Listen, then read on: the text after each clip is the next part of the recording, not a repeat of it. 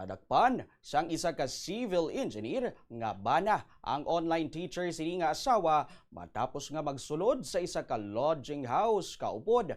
Ang other man sini nga isa ka seaman. Ginkilala ang babayi kay alias Lynn, ginabulabanta 40 anyos ang edad, kag isa ka online teacher. Samtang ang bana sini mo si alias Bugoy, isa ka civil engineer sa luwasang pungsod, kag lunsay nagapuyo sa Pavia, Iloilo. Ginkilala naman ang other man sa kay alias June, ginabulabanta 30 anyos, seaman kag residente sang Rojas City. Sa interview sang Bombo Radio kay Police Captain Jimel Acuesta, hepe sang Iloilo City Police Station 2, iyagin payag nga yara na sa siyam ka tuig nga kasal ang mag-asawa. Halin sang Setyembre tuig 2025, nagaamat-amat na dula ang ganas ang asawa sini sa ilang nga relasyon.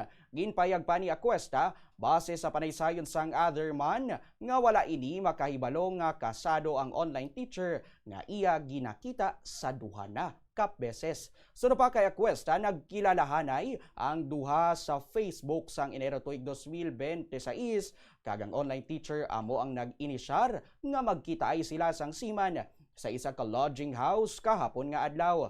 Ato na kag ginsundan sang civil engineer nga bana ang iya-asawa kag nagpangayo bulig sa kapulisan pagi sa pagtawag sang 911.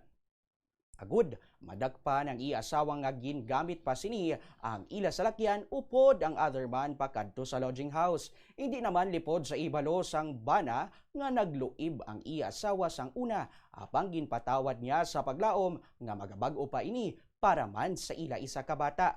Porsigido naman ang bana nga mapasakaan sang kaso nga adultery ang lalaki nga other man sang iya-asawa. Actually, yung confirm sa babae nga siya ang nag-initiate, naghagad niya masulod dito. Kay si Boya paniniwala.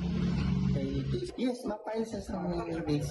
Mapile sa anong kaso ni sir? Mapile sa isang case nga adultery sa revised penal code sa Article 333. Ay gali single kaya anong gubakas ang relasyon sa iba. Pero hindi man natin mabasol din ang side sang lalaki man kay do sa allegation niya do biktima man siya kay amo lang na pagkasabto niya sa korte kung anong iya nga pamatud-an sa korte.